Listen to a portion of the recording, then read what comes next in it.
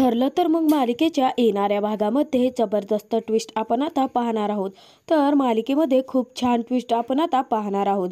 प्रतिमा स्वतःच्या पोटच्या मुलीला ओळखत ती खोटारड्या प्रियाला दूर लोटत आता सायलीला स्वतःच्या मुलीला ओळखत तन्वी म्हणून सर्वांसमोरच घट्टमिठी मारणार आहे।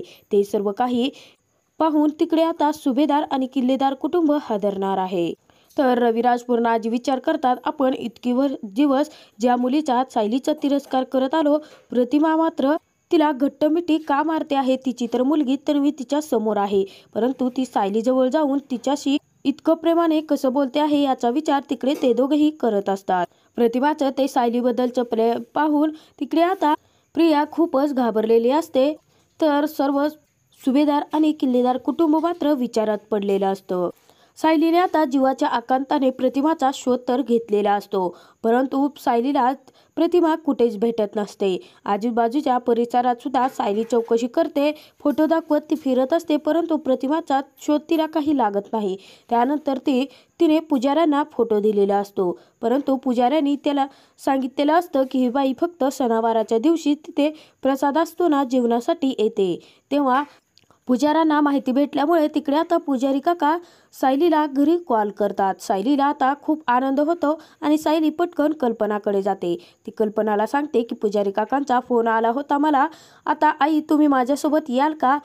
आपण प्रतिमातेचा शोध घेऊ शकतो। त्यांच्याकडून थोडी माहिती जरी मिळाली किंवा आपल्याला जर प्रतिमात्या कुठे राहतात हे जरी समजलं तरी आपण त्यांना घेऊन येऊ शकतो। कदाचित ॲक्सिडेंटमुळे त्यांना काही आठवत नसेल तर आई त्या जर आपल्याकडे आले, पूर्ण आजीजवळ जर आल्या तर त्यांना थोडंफार काहीतरी आठवू शकतं, असं तिकडे सायली आनंदाच्या भरात कल्पनाला सर्व काही बोलत असते।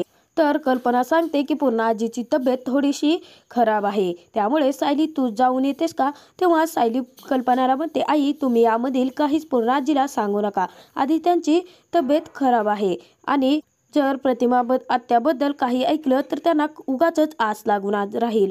मी आधी चौकशी करते, पाहते आणि मग येऊन तुम्हाला सांगते, असं म्हणत सायली तिकडून आता मंदिरामध्ये निघते।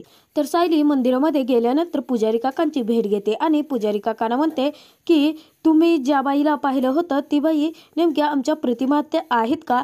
कारण आमच्या पूर्ण आजीची तब्येत खराब आहे आणि जर त्यांना ती व्यक्ती प्रतिमात्या नाहीत जर कळलं तर उगाच त्यांना आस लागून राहील आणि तिकडे त्यांची तब्येत अजूनही खराब होऊ शकते। तेव्हा तिकडे पुजारी काका सायलीला म्हणतात, हे बघ बाळा, तू जे काही माहिती दिली होती आणि तो फोटो पाहिला ना, तर मी त्या बाईला पाहिलं आहे आणि मी तुला खात्रीशीर सांगू शकतो की तो जो फोटो दिलेला आहे ती बाई तीच आहे। सायली तिकडे आता देवाचे आभार मानते। तेव्हा पुजारी काका म्हणतात, हे बघ बहुतेक तिचा स्मृतिभ्रंश झालेला असणार आहे, कारण तिला काहीच आठवत नाही। तर सायली त्यांना म्हणते, एवढा मोठा ॲक्सिडेंट झाला म्हटल्यानंतर त्यांना काहीच आठवत नसेल, जर आठवत असतं तर त्या आपोआपच घरी आल्या असतील ना, तुम्ही फक्त मला तिकडे घेऊन चला आणि प्रतिमा त्याची भेट घेऊन द्या। तर तिकडे पुजारी काका म्हणतात, मी देवाच्या दारात उभा आहे, त्यामुळे मी खोटं नाही बोलणार बाळा, तू आधी जाऊन नीट चौकशी कर, ते बाई तीच आहे का ते देखील तू पहा आणि त्यानंतरच तुझ्या घरच्यांना घेऊन जा। तेव्हा सायली आता महादेवांपुढे हात जोडून तिकडे नमस्कार करते आणि आनंदाने पुजारी काकांनी दिलेल्या ॲड्रेसवरती प्रतिमाचा शोध घेण्यासाठी जाते। नियतीने इकडे आता अजबच खेळ खेळलेला असतो। आता आईचे आणि मुलीची भेट घडवून सत्याचा शोध समोर आणायचा आणि खऱ्या मुलीला म्हणजेच सायलीला न्याय मिळवून द्यायचा, हेच आता नियतीने ठरवलेलं असतं। सायली आता पुजारी काकांनी दिलेल्या ॲड्रेसवरती जाते आणि तिथे जाता क्षणी सायलीच्या पायाखालची जमीन सरकते आणि चक्क प्रतिमा आता सायलीसमोर उभी असते। प्रतिमाच्या चेहऱ्यावरती ॲक्सिडेंटमुळे थोडेफार काळे डाग असतात, परंतु सायलीने अचूक तिकडे आता प्रतिमेला ओळखलेलं असतं आणि सायली खूपच आनंदी होते। परंतु तिकडे आता सायली म्हणते, जर मी त्यांच्यासमोर डायरेक्ट गेले आणि काही विचारलं तर त्या घाबरतील, हायपर होतील आणि दूर निघून जातील। त्यामुळे सायली तिकडे आता सुभेदारांच्या घरी जाते आणि म्हणते, हे सर्व काही पूर्ण आजी, रविराज सरांना, कल्पनाला सर्व काही समजावून त्यांना घेऊन आता प्रतिमाला आपल्या घरी घेऊन जायचं असा विचार तिकडे सायली करते आणि सुभेदारांच्या घरी जाते। गेल्यानंतर सायली आनंदाची बातमी देते, परंतु कोणीही सायलीवरती विश्वास ठेवायला तयार नसतं। पूर्ण आजी म्हणते, माझी मुलगी, माझी प्रतिमा ही आम्हाला कोणाला न दिसता, आम्हाला कोणाला न भेटता अगदी तुला कशी काय भेटली, म्हणून तिकडे पूर्ण आजी प्रश्न विचारत असते। तर तिकडे आता अस्मिता उठते आणि सायलीला म्हणते, अजून किती खोटारडेपणा करणार आहेस ग तू? पूर्णाजीचं मन जिंकण्यासाठी किती काहीतरी केलं होतं, परंतु त्याचा काही फायदा झाला नाही म्हटल्यानंतर तू आता प्रतिमा आत्यांचं नाव वापरून पूर्णाजीला स्वतःच्या बाजूने वळवून घेण्याचा प्रयत्न करतेस का? तेव्हा तिकडे आता कल्पना खूप जास्त रागाला जाते आणि तिकडे अस्मिताला म्हणते, अस्मिता जरा तुझ्या तोंडाला लगाम घाल. आणि ती पूर्णाजीला सांगते की पूर्णाई, अहो सायली गेले कित्येक दिवस जीवाच्या आकांताने प्रतिमेचा शोध घेते आहे. तेव्हा पूर्णाजी कल्पनाला म्हणायला लागते, कल्पना तू हिच्या जाळ्यामध्ये अजिबातच अडकू नको. आधीच आपला अर्जुन तिच्या जाळ्यामध्ये फसला आहे आणि आता खोटं बोलून ती तुला सुद्धा वळवून घेण्याचा प्रयत्न करत आहे. तिची ही सर्व काही नाटकं आहेत आपल्या विश्वास संपादन करण्यासाठी. अर्जुन सुद्धा तिकडे आता सायलीला म्हणतो की सायली, तुम्ही नीट पाहिलं आहे का? कदाचित तुमचा गैरसमज सुद्धा होऊ शकतो. परंतु सायली आता खूप जीवाच्या आकांताने सर्व काही सत्य सांगायलेले असते. तिच्यावरती कोणाचाच विश्वास बसत नसतो. तर तिकडे कल्पना आता पूर्णाईला म्हणायला लागते, अहो पूर्णाई, सायलीचे ते प्रयत्न मी पाहिले आहेत.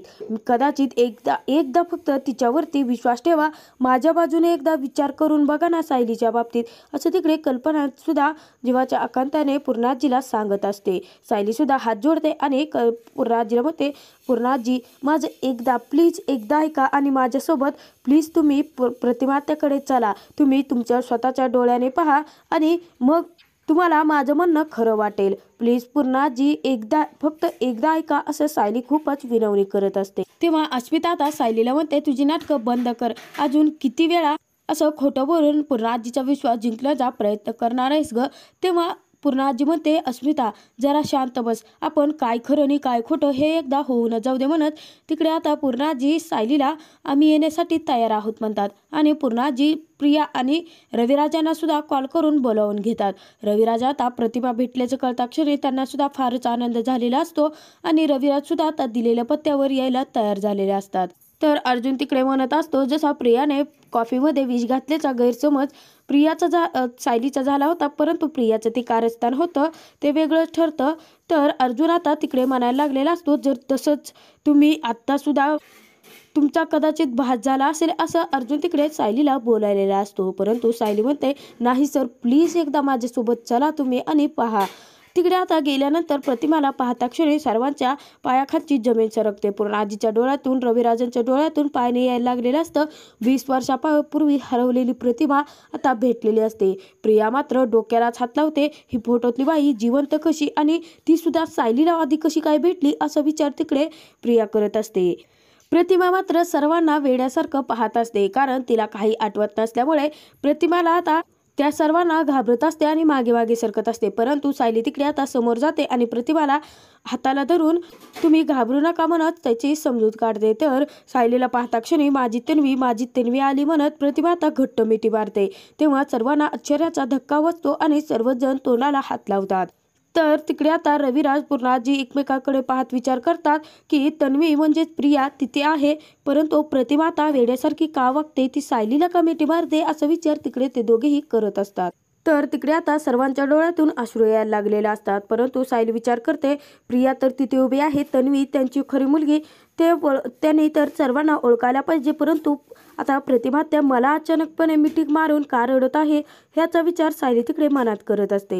तर नियतीने आता इकडे खूप मोठा खेळ पलटवत, बाजी पलटवत सायलीच्या बाजूने कौल देत सायलीला आता तिच्या आईची भेट घडवून आणत खूप मोठा न्याय केलेला असतो. तर आता प्रतिमा ही सुभेदार किल्लेदारांच्या परिवारामध्ये सामील झाल्यानंतर काय ट्विस्ट येणार, किंवा प्रतिमाला सर्व काही आठवल्यानंतर प्रतिमा आपल्या खऱ्या तन्वीचा शोध कसा घेणार, हे तर आपण येणाऱ्या भागातच पाहणार आहोत.